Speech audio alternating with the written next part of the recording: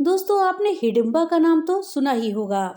हिडिंबा एक राक्षसी थी, लेकिन उसने जब भीम को जंगल में देखा तो हिडिंबा भीम पर मोहित हो गई। लेकिन हिडिंबा का भाई हिडिंब भीम को मारना चाहता था। ऐसे में भीम से शादी करने के लिए हिडिंबा ने अपने भाई हिडिंब से भी बगावत कर दी थी। अपने भाई हिडिंब को मारने के बाद हिडिंबा ने भीम से शादी करने के लिए कुंती से निवेदन किया था। कुंती ने हिडिंबा के सामने एक ऐसी शर्त रख दी जो किसी भी लड़की के लिए मान पाना असंभव था। लेकिन हिडिंबा भीम के प्रेम में इतनी दीवानी हो चुकी थी कि उन्होंने कुंती की इस शर्त को मान लिया और भीम से विवाह किया। तो दोस्तों, चलिए जानते हैं कि हिडिंबा और भीम की क्या है विवाह की कहानी और कुंती ने आखिर ऐसी कौन सी शर्त रखी जिसको कि हिडिंबा ने मानकर भीम से विवाह किया। दोस्तों, इस जानकारी के लिए वीडियो में हमारे साथ अंत तक बने रहिएगा, जिससे कि आपको सही और सटीक जानकारी प्राप्त हो पाए। दोस्तों, महाभारत में ऐसी कई प्रेम कहानियां हैं जिनके बारे में ज्यादा बात नहीं करी जाती, लेकिन अगर आप इन कहानियों को गौर से जानेंगे तो आपको इन कहानियों में न सिर्फ प्रेम नजर आएगा, बल्कि अपने प्रेमी के प्रति सब कुछ न्यौछावर कर देने का समर्पण भाव भी नजर आएगा। महाभारत की ऐसी ही एक कहानी है राक्षसी से बनी देवी हिडिंबा और भीम की। हिडिंबा भीम पर इतनी मोहित हो गई थी कि उन्होंने भीम की रक्षा करने के लिए अपने प्यारे भाई से भी बगावत कर दी। तो दोस्तों, चलिए जानते हैं हिडिंबा और भीम की प्रेम कहानी।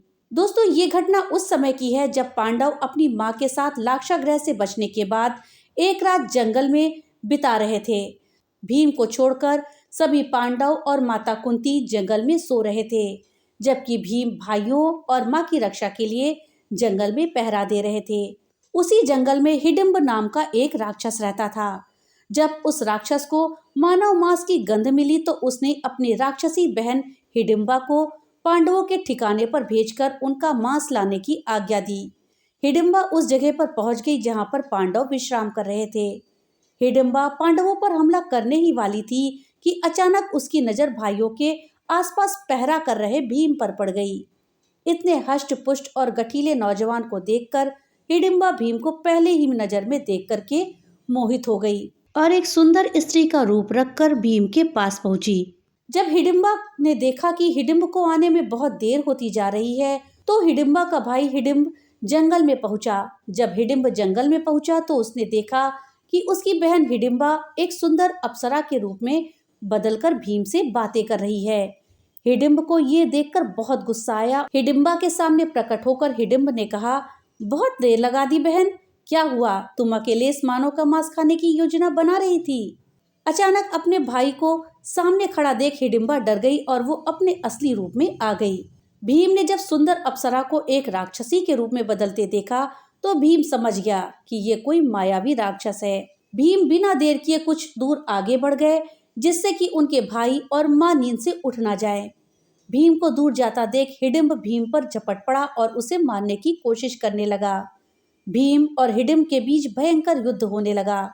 जब हिडिंबा ने देखा कि अपनी मायावी शक्तियों से हिडिंब भीम पर भारी पड़ रहा है, तो हिडिंबा ने भीम की सहायता करने के लिए अपने भाई से युद्ध करना शुरू कर दिया और अंत में भीम और हिडिंबा ने हिडिंब को हरा दिया और उसकी जीवन लीला को समाप्त कर दिया। हिडिंब के मरने के बाद हिडिंबा ने भीम को पूरी सच्चाई बताई और उनसे विवाह करने की इच्छा जताई। भीम ने हिडिंबा से कहा, हे देवी, मैं यहाँ अपने भाइयों और माँ की रक्षा कर रहा हूँ। ऐसे में मेरा विवाह का कोई इरादा ही नहीं है। ये कहकर भीम अपने भाइयों और माँ के पास चले गए। दोस्तों, वीडियो में आगे बढ़ने से पहले आपसे एक छोटी सी रिक्वेस्ट है कि अगर अभी तक आपने वीडियो को लाइक नहीं किया है तो कृपया वीडियो को लाइक कर दें और ज़्यादा से ज़्यादा शेयर करें, जिससे कि ये जानकारी अधिकतर लोगों तक पहुंच पाए। और हाँ, अगर चैनल पे पहली बार आए हैं तो कृपया चैनल को सब्सक्राइब कर दें और बेल आइकन दबाना ना भूलें, जिससे कि मेरी वीडियो सबसे पहले आप तक पहुंच सके। तो चलिए वीडियो में आगे बढ़ते हैं। दोस्तों, हिडिंबा भीम के भाइयों और उनकी माँ को नींद से नहीं जगाना चाहती थी, इसलिए पूरी रात एक पेड़ पर बैठकर सुबह उनके जागने का इंतजार करती रही और भीम को देखती रही। अगली सुबह जब भीम अपने भाइयों और माँ के साथ वन को जाने लगे तो हिडिंबा भी उनके पीछे पीछे चलने लगी। हिडिंबा को पीछे आता देख भीम ने उसे जाने के लिए कहा और उस पर क्रोधित भी हुआ।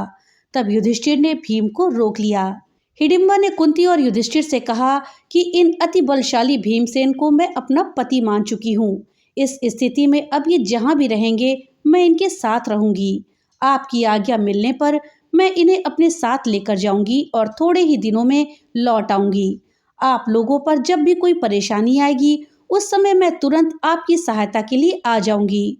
कुंती ने जब हिडिंबा को विवाह के लिए निवेदन करते हुए देखा तो माता कुंती ने धर्मराज युधिष्ठिर से पूछा, पुत्र तुम बताओ, एक राक्षसी और एक मानव के विवाह के विषय में क्या धर्म आज्ञा देता है? माँ की बात सुनकर युधिष्ठिर ने कहा, धर्म माँ की आज्ञा मानने के लिए कहता है माँ। हिडिंबा की बात सुनकर युधिष्ठिर ने भीमसेन को समझाया कि हिडिंबा ने तुम्हें अपना पति माना है, इसलिए तुम भी इसके साथ पत्नी जैसा ही व्यवहार करो, ये धर्मानुकूल है। भीमसेन ने युधिष्ठिर की बात मान ली। इस प्रकार कुंती ने भीम और हिडिंबा का गंधर्व विवाह करवा दिया। हिडिंबा का भीम से विवाह कराने से पहले कुंती ने हिडिंबा के सामने एक ऐसी कठिन शर्त रखी जिसे किसी भी लड़की के लिए मानना असंभव था। कुंती ने हिडिंबा के सामने ये शर्त रखी कि भीम पूरी उम्र हिडिंबा के साथ नहीं रह सकता, क्योंकि पांडवों को अपना लक्ष्य पूरा करना है। कुंती ने कहा कि भीम केवल 1 वर्ष तक ही हिडिंबा के साथ रहेगा और इसके बाद वो अपने लक्ष्य को पूरा करने के लिए भीम को अपने भाइयों के पास लौटना होगा। युधिष्ठिर ने हिडिंबा से कहा कि तुम प्रतिदिन सूर्यास्त के पूर्व तक पवित्र होकर भीमसेन की सेवा में रह सकती हो। भीमसेन दिन भर तुम्हारे साथ रहेंगे और शाम होते ही मेरे पास आ जाएंगे। तब भीम ने कहा कि ऐसा सिर्फ तब तक ही होगा जब तक कि हिडिंबा को पुत्र की प्राप्ति नहीं होगी, अर्थात सिर्फ 1 वर्ष तक ही भीम हिडिंबा के साथ रहेंगे। हिडिंबा भीम के प्रेम में इतनी दीवानी थी कि उन्होंने कुंती की बात सहज ही स्वीकार कर लिया और सिर्फ 1 वर्ष के लिए ही भीम के साथ रहना स्वीकार कर लिया। फिर हिडिंबा और भीमसेन के साथ आनंद पूर्वक जीवन व्यतीत करने लगी। 1 वर्ष व्यतीत होने पर हिडिंबा का पुत्र उत्पन्न हुआ। उत्पन्न होते समय उसके सिर पर केश न होने के कारण उसका नाम घटोत्कच रखा गया। वो अत्यंत मायावी निकला और जन्म लेते ही बड़ा हो गया। हिडिंबा ने अपने पुत्र को पांडवों के पास ले जाकर कहा, ये आपके भाई की संतान है, इसलिए ये आप लोगों की सेवा में रहेगा। इतना कहकर हिडिंबा वहां से चली गई। घटोत्कच श्रद्धा से पांडवों तथा माता कुंती के चरणों में प्रणाम करके बोला, अब आप मुझे मेरे योग्य सेवा बताएं।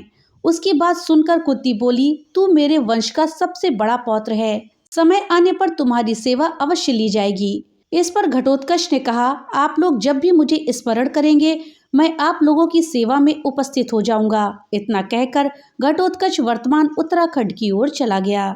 दोस्तों, राक्षसी होने के बाद भी हिडिंबा को शस्त्र और शास्त्र दोनों का ही ज्ञान था।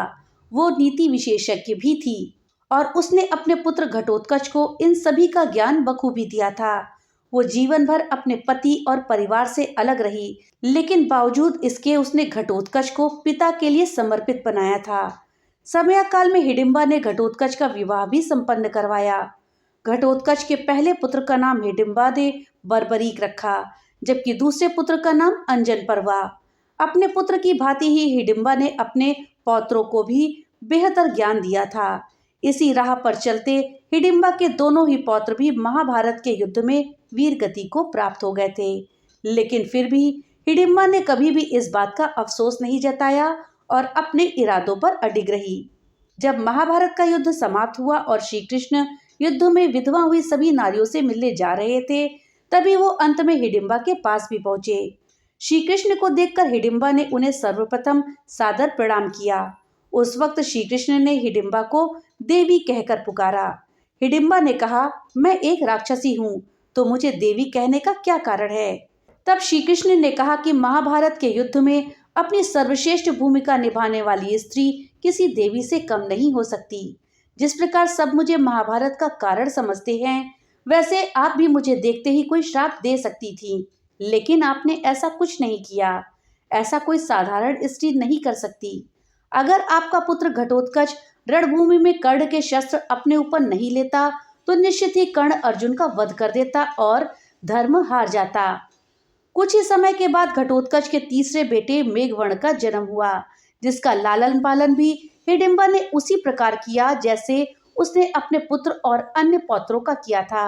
उसने मेघवर्ण को भी शूरवीर बनने के लिए प्रेरित किया, जिसके बाद समय काल में तपस्या में लीन हिडिंबा ने अपने प्राण त्याग दिए।